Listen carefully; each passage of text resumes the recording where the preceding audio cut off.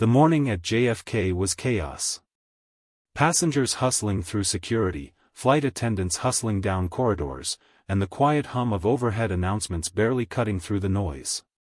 Marcus Daniels stood among them. But he wasn't just another face in the crowd. He was the man who had built Skyline Airlines into one of the country's largest carriers.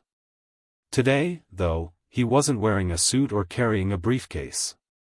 He was wearing jeans, a simple button-down shirt, and a faded backpack, just another ordinary passenger. The air around him felt heavy with anticipation as he boarded the plane. But as he settled into seat 26C, a conversation between two flight attendants drifted into his ears. The words hit him like a slap in the face. "Diversity hire," one of them muttered. His body froze, the coffee cup in his hand trembling slightly. It wasn't about him, or was it? They couldn't know who he was, could they? No. But the phrase, the tone, it was all too familiar. For 15 years, Marcus had fought tooth and nail to prove himself. And now, in the one place he expected to find refuge, his own people, the very ones who served passengers, were questioning his worth. What happens next? If you want to know what truly happens when an executive steps into the shoes of the average passenger and the devastating truths he uncovers, hit that subscribe button now. You won't want to miss what comes next. Marcus Daniels sat quietly in his seat, the hum of the airplane engines lulling the cabin into a steady rhythm. It was a familiar sound, one that should have been comforting. Yet today it felt different. The air was thick with a sense of unease, an emotion he couldn't shake off no matter how much he tried to convince himself that this was just another routine business trip. But it wasn't. Today he wasn't the executive vice president of Skyline Airlines. Today he was just another passenger, a man in disguise. His old graduate school backpack was the only familiar thing about him as he sat in 26C, away from the comforts of first class where he normally belonged. Marcus had intentionally chosen this seat, this flight, as part of his undercover mission. The board had agreed that he needed to experience the airline from a passenger's perspective. No special treatment, no priority boarding, just the raw, unfiltered experience of a typical flyer. It had taken months of planning. He had even booked the flight under a different name, something no one at Skyline would recognize. He wanted to see the airline as his customers did. But nothing could have prepared him for what happened next. As the plane leveled out, Marcus felt the slight jolt that signified they were in the air. He settled back into his seat, preparing for the next few hours of quiet reflection, when the soft murmur of voices from the galley caught his attention. It wasn't the usual chatter of flight attendants preparing for service. This was something different, something sharp. It was a conversation he wasn't meant to hear. One voice, grating and condescending, made Marcus pause. "I'm telling you, Janet, first class is where these people belong," it said. "They don't know how to act when they're back here with everyone else." The word struck Marcus like a punch to the gut. He wasn't sure if it was the way the words were laced with disdain or the fact that they were speaking about him without knowing it. But the impact was immediate. His hand trembled slightly, and he instinctively placed the coffee cup back into its holder, his mind trying to catch up with what he had just overheard. Another voice, presumably Janet's, added fuel to the fire. "Well, he's not getting any special treatment from me," she said, her tone dripping with contempt. "VP or not, Skyline isn't paying me enough to bow and scrape to the boss's diversity hire." Marcus froze. The words rang in his ears louder than the roar of the engines. He tried to process what he had just heard, but it was as if his mind had short-circuited. Diversity hire. It was a phrase he had heard too many times in his life, too many times to count. But hearing it spoken in such a casual, dismissive tone, referring to someone they thought was an executive, someone like him, felt like a slap in the face. He couldn't breathe for a moment, not from physical discomfort, but from something far more insidious. The realization that despite all his hard work, despite the late nights and endless sacrifices, this was how he was seen. This was how he was still being reduced, to something less than human, a symbol, a diversity statistic. Marcus quickly tried to gather his thoughts. His disguise had worked too well. The old jeans, the simple button-down shirt, the worn-out backpack, no one had recognized him at the airport, at the gate, and certainly not these flight attendants. Not even when he had walked past them earlier, unnoticed. They had no idea who he was. But it didn't matter. The conversation wasn't about him. It was about someone else, someone they assumed to be an executive, someone they assumed was playing a role just to fill a diversity quota. But that didn't matter either. The words they had used were the same words that had followed him throughout his career, whispering in the background of every promotion, every board meeting, every interaction with colleagues and subordinates. Diversity hire. A phrase so laden with prejudice, so soaked in assumptions, that it cut through him like a blade. It wasn't about him, or was it? He leaned back in his seat, the weight of their words settling in his chest. He had fought his entire life to prove himself in an industry that often saw him as an outsider. He had worked tirelessly to climb the ranks, to earn the title he held today. But in that moment, as he sat there in the cramped seat of an economy cabin, he felt like nothing more than an intruder, someone who didn't belong. The rest of the flight felt like a blur. The plane continued its course. The crew moved through the aisles, and passengers settled into their own routines. Marcus couldn't shake the feeling that he had uncovered something far deeper than he had expected. His mission had been to assess the airline's customer service, to identify gaps in the experience from a passenger's perspective. But now, as the words from the galley replayed in his mind, he realized that what he had uncovered wasn't just about bad service or operational inefficiencies. No, this was about the very culture of Skyline Airlines. It was about the unspoken bias, the quiet prejudice that ran through the veins of the company like a slow poison. The flight attendants, the ground crew, the executives, they were all a part of this culture. They were all affected by it, whether they realized it or not. This wasn't just about the passengers. This was about the people who worked for Skyline. People like the ones who had just spoken so flippantly about someone they assumed was a diversity hire. For Marcus, this wasn't just an assignment anymore. This was personal. The walls he had carefully constructed around himself, the barriers he had built to protect himself from this very type of treatment, were starting to crumble. First time he had felt this way, but it was the first time he had heard it from his own employees, his own airline, and that stung more than he ever could have imagined. As the flight continued, Marcus tried to focus on his mission. He made notes about the service, about the attitudes of the flight attendants, about the comfort of the seats and the overall experience. But his mind kept returning to that conversation in the galley. The way the flight attendants had spoken about diversity hires, the way they had dismissed the very idea of equality and respect, Marcus knew that what he had just overheard wasn't an isolated incident. It was a symptom of something much larger. A culture that, despite all its efforts to appear inclusive and diverse, was still riddled with biases and prejudices. And now he was faced with a difficult question: how could he, as a leader, change the very thing he had helped build? How could he address the systemic issues that had quietly been allowed to fester in his company? The turbulence that shook the plane didn't compare to the storm brewing in his mind. Each jolt felt like a reminder of how much work still needed to be done. But Marcus wasn't the kind of man to shy away from a challenge. He had spent his life fighting for his place at the table. And now he was ready to fight for something even more important, the soul of his company. The hum of the plane continued to surround Marcus Daniels as it soared through the sky. He hadn't realized just how much the physical environment of flying, the confined space, the constant motion, the artificial light, would mirror the emotional turbulence building inside of him. Sitting in 26C, he was supposed to be just another anonymous passenger, a simple man trying to experience the airline from the customer's perspective. But what he had overheard in the galley earlier was gnawing at him, growing louder with every passing minute. It wasn't just about what the flight attendants had said. It was about what their words revealed about the culture he had helped build.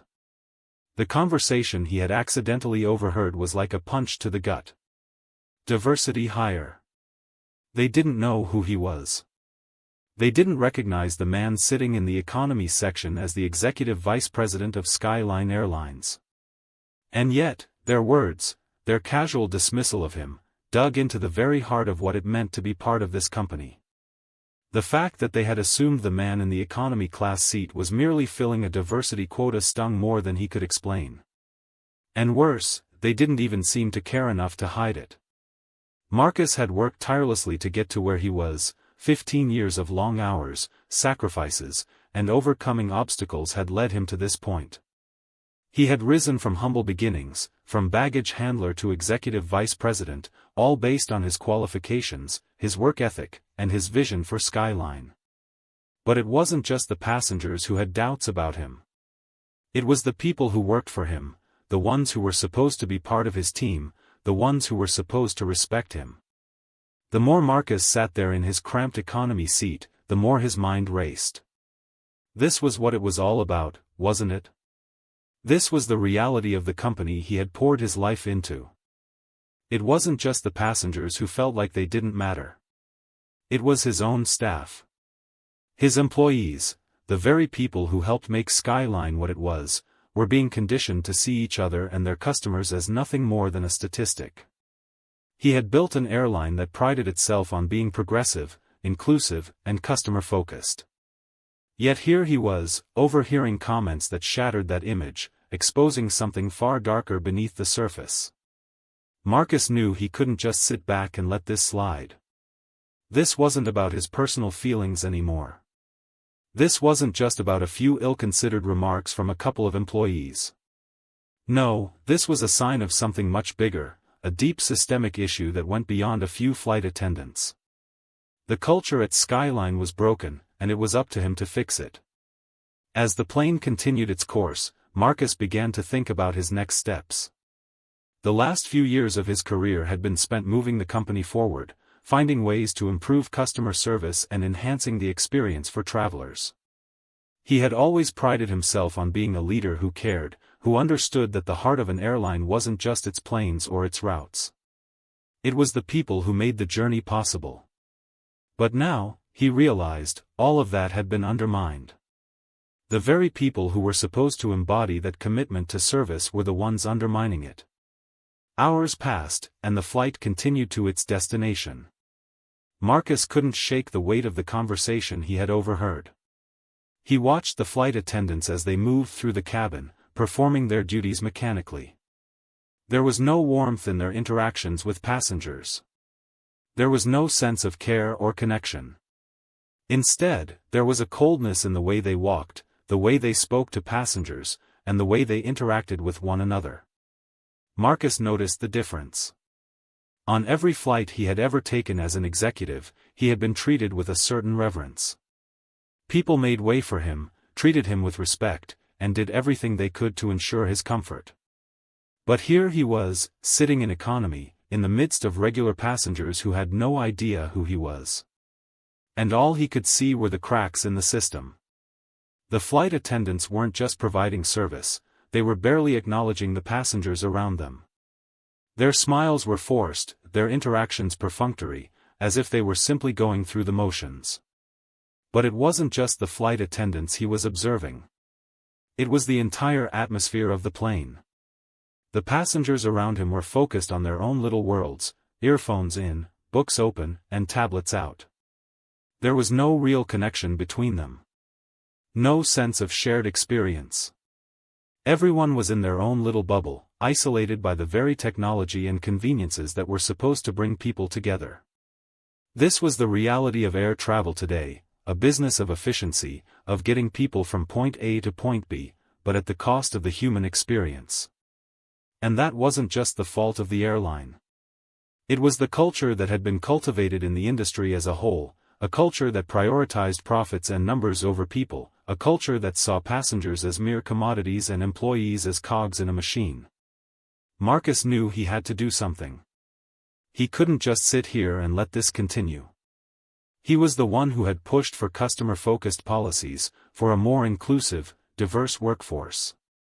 But now, faced with the harsh reality of what his company had become, he realized that these were just empty words, empty promises, unless real change was made.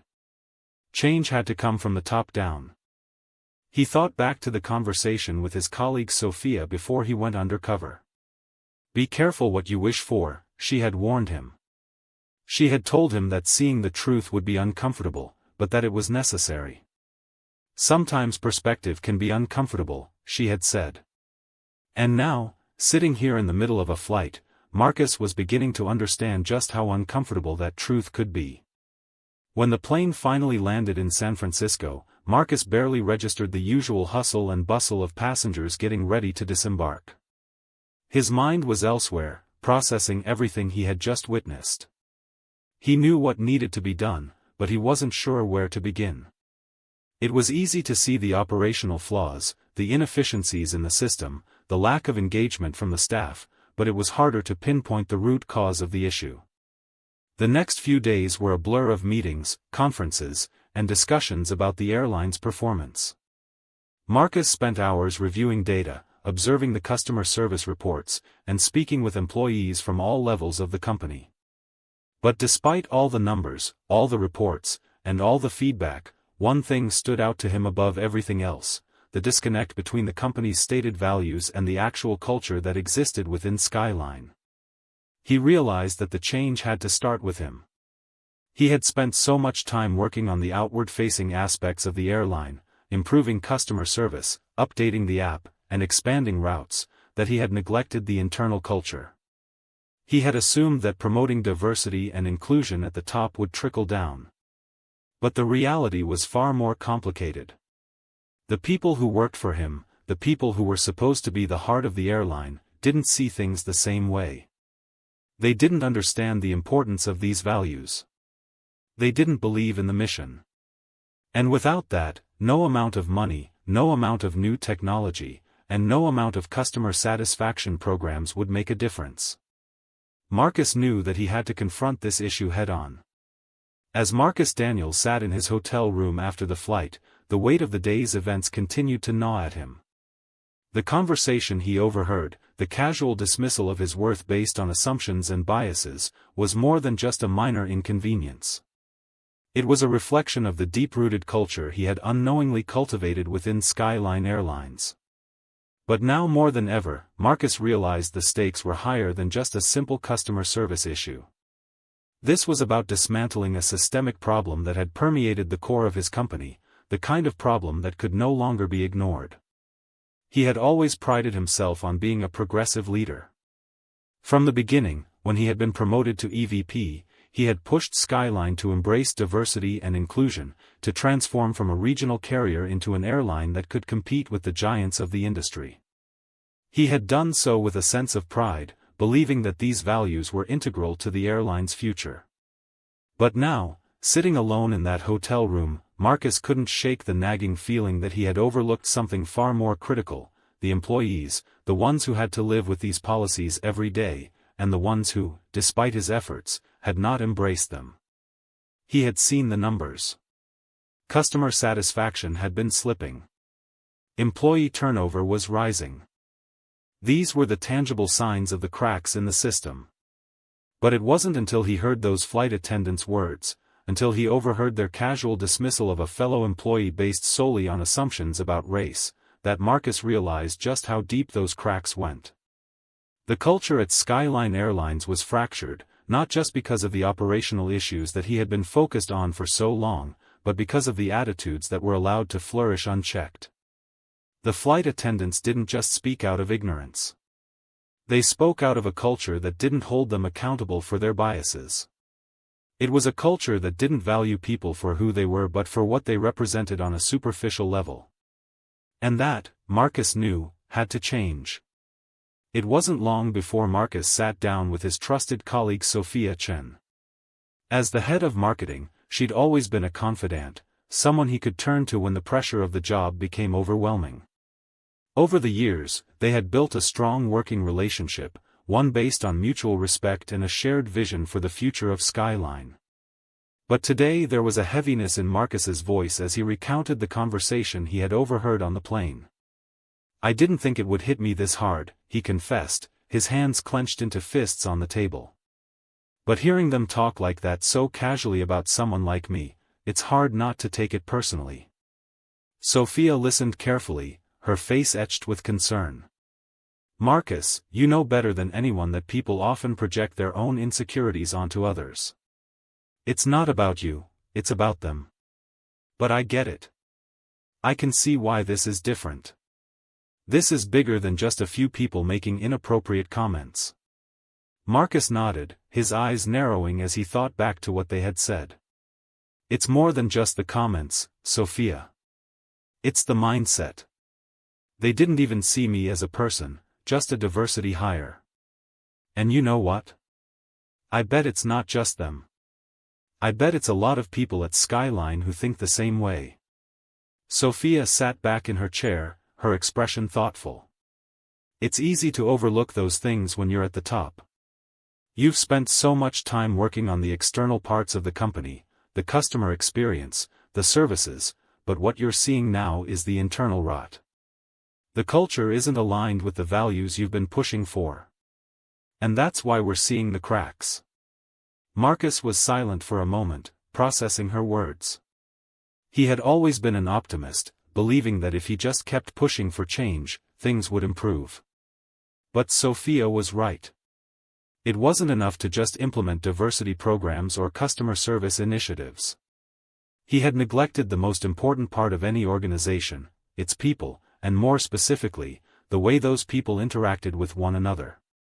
I've been so focused on the numbers, Marcus said finally, breaking the silence, on making sure the airline was profitable, on showing that we were competitive. But I've neglected the one thing that matters most, the people who work for me, the people who work with me. Sophia leaned forward, her voice firm. It's not too late. You have the power to change this, Marcus. You've built Skyline up from nothing. You can rebuild the culture, but it's going to take real work. Not just a few seminars on diversity. It's going to take a shift in how people think, how they see each other, how they see themselves, and how they see the customers they serve. The next few days were a blur of meetings and phone calls. Marcus' mind was consumed with the issue at hand. He couldn't stop thinking about the way the flight attendants had spoken about diversity, the way they had casually dismissed the idea that someone could be promoted on merit alone. Every time he tried to focus on the next flight or the next service improvement, his thoughts kept returning to the deeper issue at play, the systemic culture that allowed this behavior to go unchallenged. When Marcus sat down to meet with the rest of the executive team, the tension in the room was palpable. He had spent hours preparing for this conversation, gathering data, reviewing employee feedback, and strategizing on how to address the cultural issues that had been simmering beneath the surface for far too long. Elaine Winters, the chairwoman of the board, was the first to speak.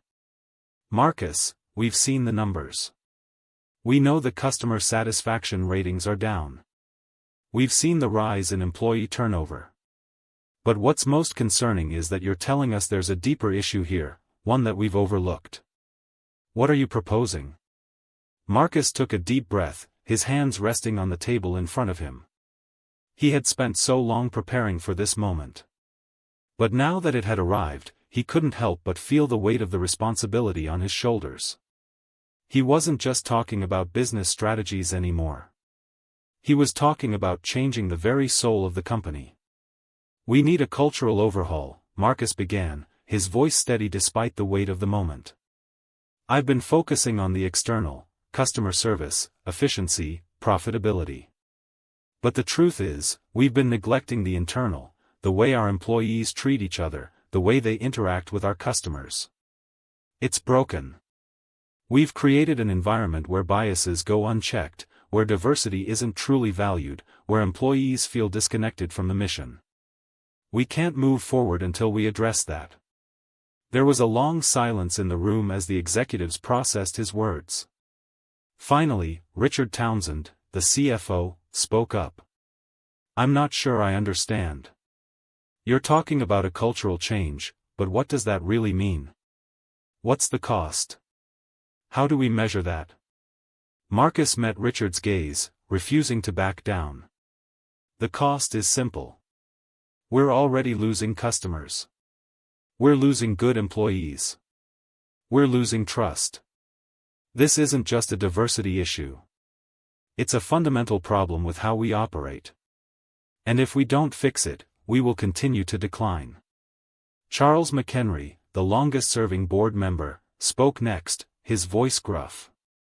I don't know about all this. We've been successful for years without all these new ideas about culture. Maybe we should focus on fixing the numbers first and leave all this touchy-feely stuff aside. Marcus stood his ground. We've been successful, yes, but at what cost? Our employees are disengaged. Our customers are disappointed. This company can't keep moving forward on autopilot, pretending that everything is fine. We need a shift in values, a shift in how we view our employees and our customers. Without that, we're just going to keep falling behind. The room fell silent once again, and Marcus could feel the weight of their skepticism pressing down on him. But he didn't waver. He had seen the problem. He had lived it. And now he was determined to fix it. The board meeting ended in an uneasy silence.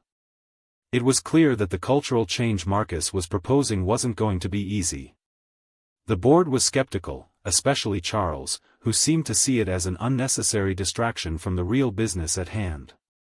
But Marcus knew that this was the only way forward. He had to change the culture if Skyline was to survive. As the meeting adjourned and the executives filed out of the room, Marcus stayed behind alone with his thoughts. He knew this would be the fight of his life. It wasn't just about improving customer service or increasing profits.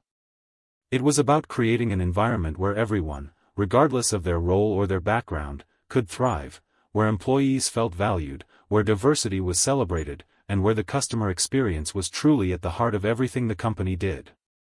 Marcus Daniels had spent years building Skyline Airlines into a major player in the industry.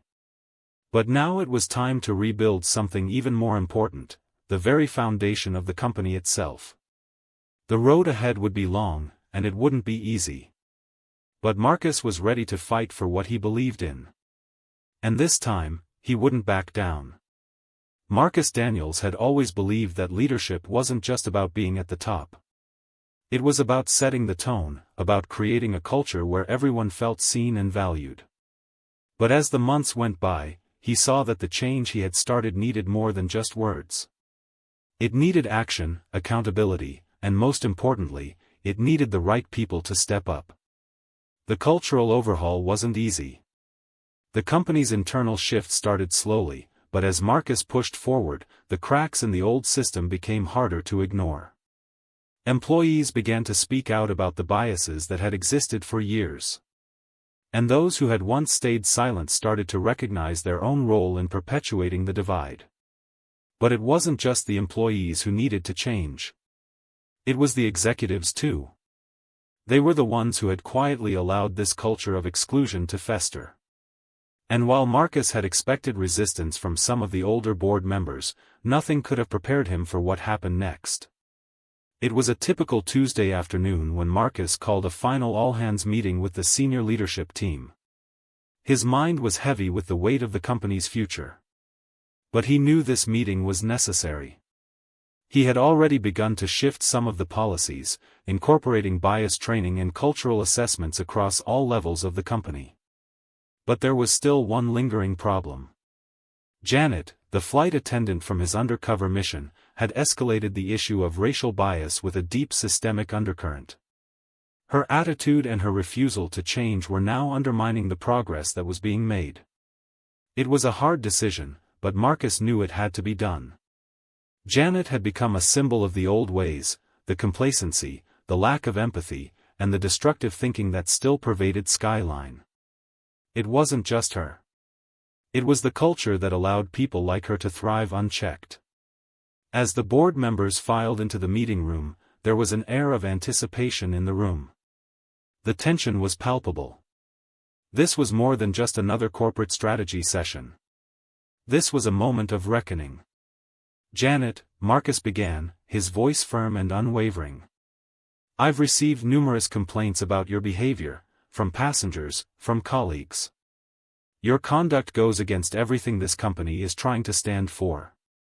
Diversity and inclusion are not just slogans we put on the website. They are values we live by.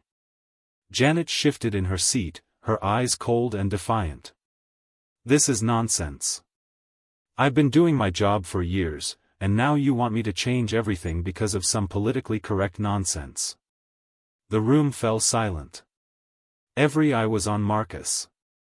The moment had arrived, and it was clear that the battle between the old guard and the new leadership was about to escalate. You're right, Marcus replied, his voice calm but unyielding. This isn't about being politically correct. This is about treating people with dignity and respect. It's about understanding that our employees, our passengers, deserve better than what you've been offering. There was no hesitation in Marcus' next words. Effective immediately, you are being terminated from Skyline Airlines. Your behavior, your attitude, have no place in this company anymore. Gasps echoed around the room, but Marcus didn't flinch. He knew this was the right decision, even if it meant losing a long-time employee. He wasn't here to make friends. He was here to lead, to build something better. And if that meant cutting ties with people who couldn't evolve, then so be it.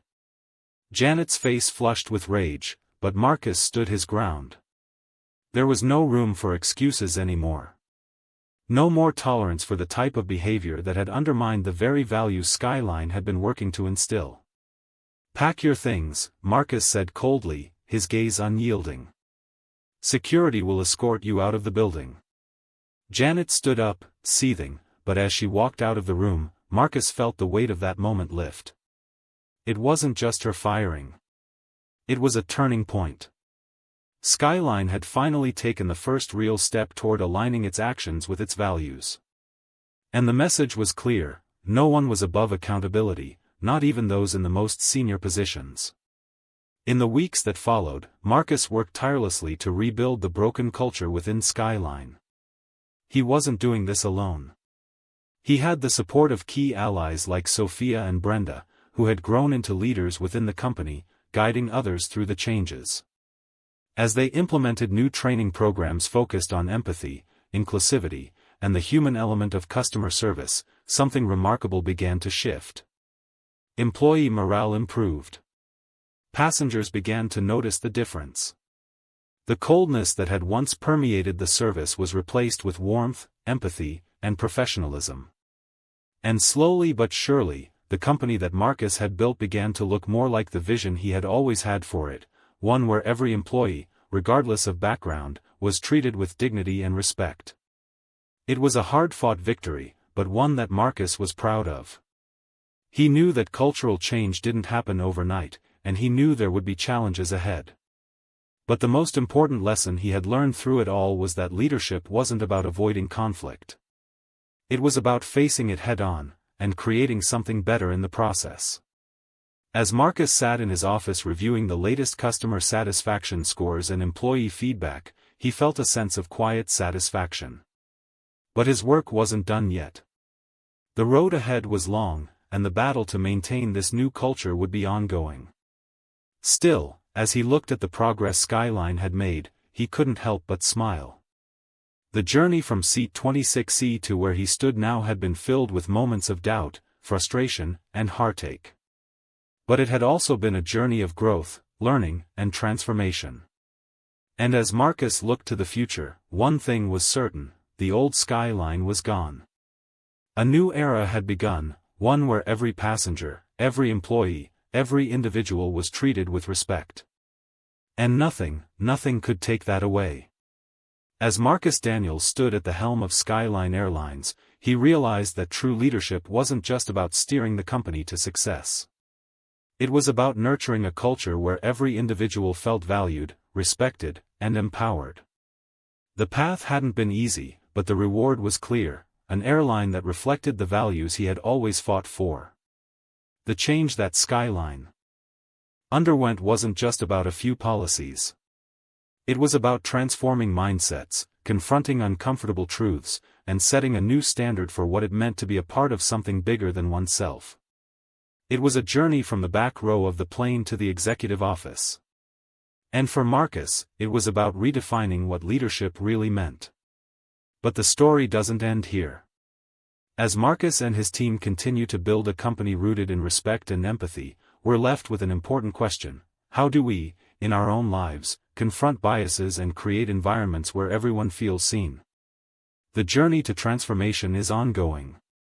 And this is just one chapter in the broader story of human connection and growth. If you found inspiration in Marcus' story, don't forget to like and subscribe for more narrative tales that make us think, grow, and push boundaries together. So, what's your story? How will you make a difference in your own world?